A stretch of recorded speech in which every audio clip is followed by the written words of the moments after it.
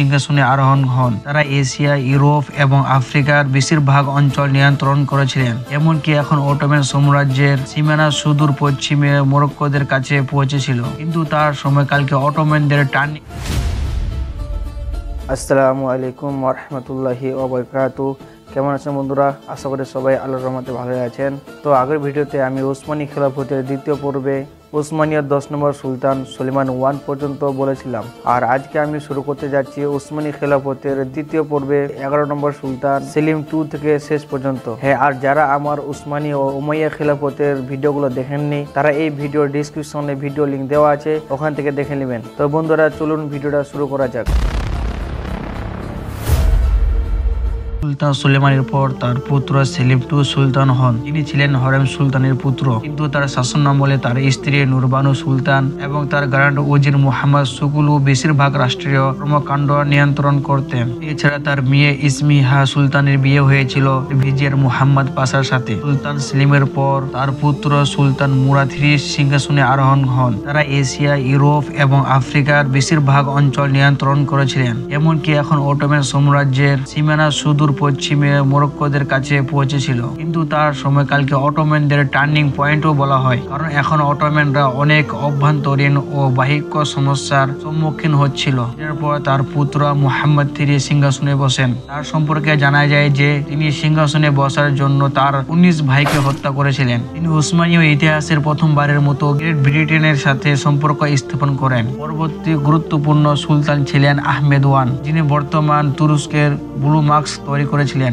বন্ধুরা, আমরা এ পর্যন্ত দেখতে পাচ্ছি যে অটোমান সাম্রাজ্যের সিংহাসন হস্তান্তর পিতা থেকে পুত্রের কাছে খুব সহজ ছিল। এর প্রধান কারণ ছিল পথে সুলতানের মৃত্যুর পর তার পুত্রদের মধ্যে গৃহযুদ্ধ হতো। এই গৃহযুদ্ধে যে ছেলে সফল হবে সেই সিংহাসনে বসবে, আর অন্য প্রার্থীদের মেরে ফেলতো। সুলতান আহমেদ সিংহাসনে বসার সাথে সাথে অটোমান পরিবারের এই প্রথা অবসান ঘটান। আর শাসনামলে প্রথমবারের মতো একজন অটোমান মহিলা কসিম সুলতান, তিনি সাম্রাজ্যের একজন শক্তিশালী মহিলা শাসক হয়ে সামনে এসেছিলেন, যিনি অটোমানদের জন্য অত্যন্ত গুরুত্বপূর্ণ সিদ্ধান্ত নিয়েছিলেন। সুলতান আহমেদের পর তার ভাই মুস্তফা 1 পরবর্তী সুলতান হন।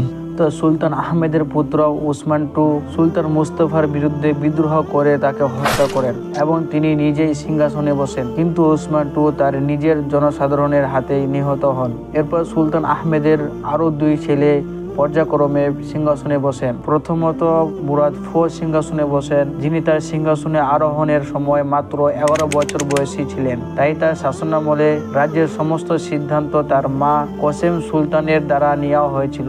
কসেম সুলতানকে অটোমান সাম্রাজ্যের সবচেয়ে গুরুত্বপূর্ণ ব্যক্তি হিসাবে বিবেচনা করা হয়। সুলতান মুরাদ 4 এর পর তার ভাই ইব্রাহিম সিংহাসনে বসেন, যা মানসিকভাবে ভালো ছিল না। এমনকি তার রাজত্বকালেও কসেম সরাসরি শাসন করছিলেন। সুলতান ইব্রাহিম কসেমের বিরুদ্ধে বিদ্রোহ করার চিন্তা করলে কসেম সুলতান তাকে হত্যা করেন। ইব্রাহিমের পর তার ছেলে মেহমেদ মাত্র 6 বছর বয়সে সিংহাসনে আরোহণ হন। কিন্তু এই সুলতানও সাম্রাজ্য পরিচালনার জন্য কোসেমের উপর নির্ভর করতেন। যখন কোসেম সুলতানের হস্তক্ষেপ খুব বেশি হলে তখন সুলতানের মা তুরহান সুলতান মাঠে নামেন এবং তারা কোসেমকে হত্যা করেছিলেন। তো বন্ধুরা, এই সময়টা ছিল সাম্রাজ্যের সম্পূর্ণ পতনের সময়। অটোমান সেনাবাহিনী অনেক ফ্রন্টে যুদ্ধ করেছিলেন এবং ধীরে ধীরে তাদের অঞ্চলগুলি হারাচ্ছিল।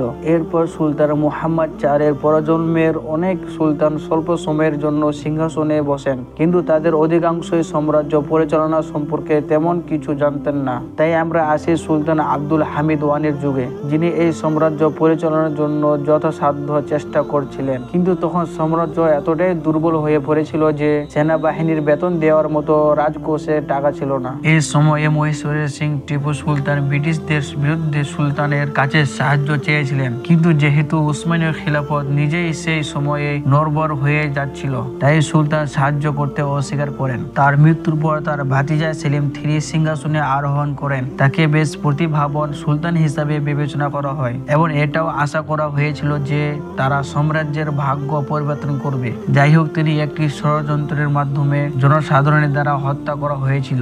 এখানে মজার বিষয় হলো যে সুলতান সেলিম 3 কে হত্যার সময় অটোমান পরিবারের মাত্র 2 জন পুরুষ জীবিত ছিলেন। এই 2 জন ছিলেন সুলতান আব্দুল হামিদের ছেলে মুস্তফা 4 ও মাহমুদ 2, যারা পালাক্রমে সিংহাসনে বসেন। সুলতান মাহমুদ II তার শাসনামলে রাজ্যের পদ্ধতি অনেক সংস্কার করেন, এমনকি সুলতান ও সরকারি লোকজনের পোশাকও বদলানো হয়। তার শাসন আমলেই প্রথমবারের মতো অটোমান সাম্রাজ্য এবং আল সৌদির মধ্যে শান্তি আসে। তাই যখন প্রথম সৌদি রাষ্ট্র আল সৌদি মক্কা ও মদিনা দখল করে, ফলস্বরূপ সুলতান আল সৌদিকে চূর্ণ করেন এবং সৌদিদের দুটি পবিত্র স্থান থেকে বহিষ্কার করেন। আর বন্ধুরা, এই সময় থেকে আবার ওসমানীদের মধ্যে শত্রুতা শুরু হয়। তার মৃত্যুর পর অটোমান সাম্রাজ্য দুই ভাগে বিভক্ত হয়ে যায়। আর এই দিকে নির্দেশ দেন সুলতান দ্বিতীয় মাহমুদের দুই ছেলে, সেখানে ছিলেন সুলতান আব্দুল মাজিদ I ও সুলতান আব্দুল আজিজ। তাই পরবর্তীকালে সাম্রাজ্যে বিদ্রোহ দেখা দেয় এবং শত্রুর চক্রান্তের বিরুদ্ধে ব্যর্থ হন। কিন্তু তাদের মধ্যে একজন সুলতান ছিলেন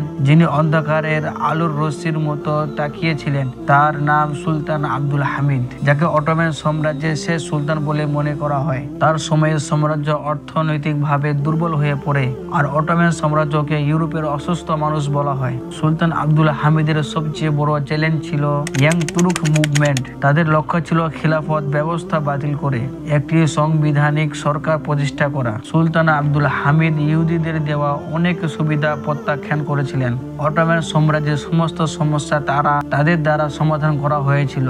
কিন্তু 1909 সালে শত্রুরা সুলতান আব্দুল হামিদকে ক্ষমাচ্যুত করতে সফল হয়। প্রথম বিশ্বযুদ্ধের সময় সুলতান আব্দুল হামিদের ভাই সুলতান মাহমুদ IV সাম্রাজ্য পরিচালনা করেছিলেন। এই যুদ্ধে অটোমানরা জার্মানির পক্ষে ছিল এবং অবশেষে অটোমানরা এই যুদ্ধে হেরে যায়। ফলস্বরূপ মিত্র শক্তি অটোমান সাম্রাজ্যকে 15টিরও বেশি দেশে বিভক্ত করেছিলেন এবং 1922 সালে মুস্তফা কামাল তুরস্ক প্রজাতন্ত্র প্রতিষ্ঠা করেন। কিন্তু সাম্রাজ্যের অবসানের পরেও দ্বিতীয় আব্দুল মজিদ পর্যন্ত খিলাফত বহাল ছিল এবং এই শেষ খলিফাও 1924 সালে ক্ষমাচ্যুত হন, যার সাথে ইসলামী খিলাফতও সম্পূর্ণ বিলুপ্ত হয়ে যায়। তো বন্ধুরা, বর্তমান সময়ে অটোমান পরিবার ওসমান ওগুল নামে পরিচিত, যা বিশ্বের বিভিন্ন প্রান্তে পাওয়া যায়। এই পরিবারের বর্তমান প্রধান হারুন উসমান। আর যদি অটোমান সাম্রাজ্য থাকতো তাহলে তারাই হবে বর্তমান সুলতান ও খলিফা। তো বন্ধুরা, ভিডিওটা কেমন লাগলো কমেন্ট করে বলবেন। আর এরকম ভিডিওগুলো দেখার জন্য সাবস্ক্রাইব করবেন। আর ওসমানী খিলাফতের দ্বিতীয় পর্ব দেখার জন্য